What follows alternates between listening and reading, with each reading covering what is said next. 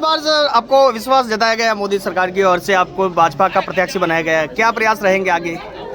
देखिए, सबसे पहले तो विश्वास जो जताया गया है, इस बात को मैं क्लियर करता हूँ। ये विश्वास जो है आम जनता का है, भरोसा आम जनता का है, आम जनता का प्यार है, कार्यकर्ताओं का प्यार है और आम जनता और कार्यकर्ताओं का आशीर्वाद है। और ये टिकट जो है ये उन सभी कार्यकर्ताओं को और आम जनता को समर्पित है। और मोदी जी ने जो विश्वास जताया है उनके लिए मैं उनका कृतज्ञ हूँ, धन्यवाद हूँ।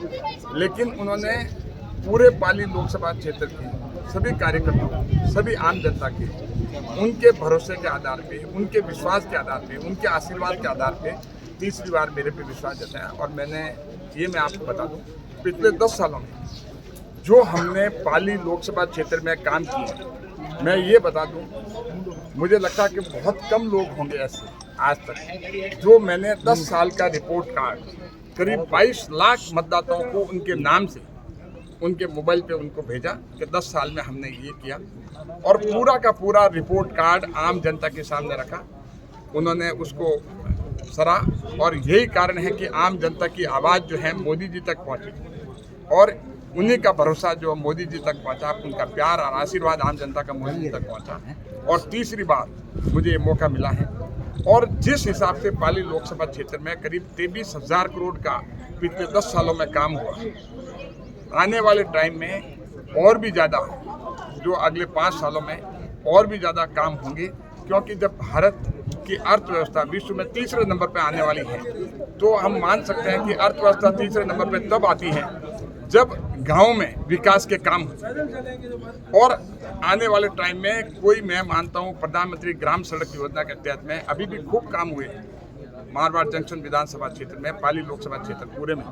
लेकिन आने वाले टाइम में जल जीवन मिशन का काम पूरा होगा, रोडों का जाल जो बिछेगा, क्वालिटी की रोड बनेगी, बिजली के लिए कोई प्रॉब्लम नहीं आएगी, शिक्षा के क्षेत्र में अमूलचूल परिवर्तन होगा, रेलवे के क्षेत्र में तो आप परिवर्तन देख ही रहे हैं कि रेलवे में एक समय था 2013 तक राजस्थान का बजट जो था वो 663 करोड़ था सिर्फ। और अब रेलवे का बजट राजस्थान का 9,300 करोड़ का है 2023-24 में। तो आप सोच सकते हैं कितना बड़ा फर्क है।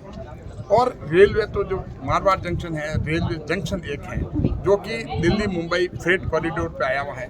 आने वाले समय में यहाँ पर विकास होगा, डेवलपमेंट होगा, क्योंकि एक इंडस्ट्रियल हब बन सकता है। और हम भी चाहेंगे कि मारवाड़ में खूब विकास हो, क्योंकि यहाँ का पोटेंशियल, यहाँ की क्षमता बहुत ज़बरदस्त है।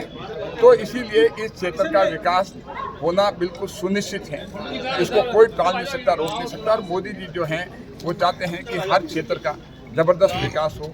और यही कारण है कि मोदी जी जो हैं, हम कहते हैं कि अब की बार 400 पार और भारतीय जनता पार्टी 370।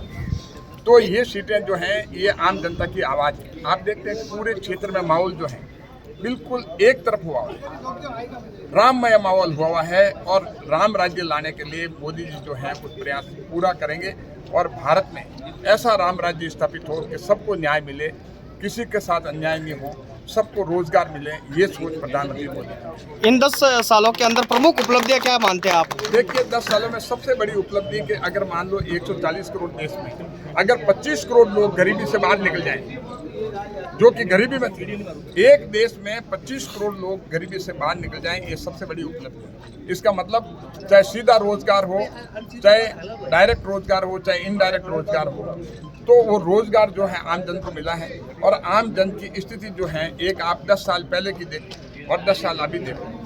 आज आप जो मोबाइल यूज़ कर रहे हैं, डेटा यूज़ कर रहे हैं, अगर ये मोदी जी का कमाल नहीं होता तो दूसरे देशों में आप यूज़ करके देखो, आपके 6,000 रुपये महीने का एक्स्ट्रा आ जाएगा।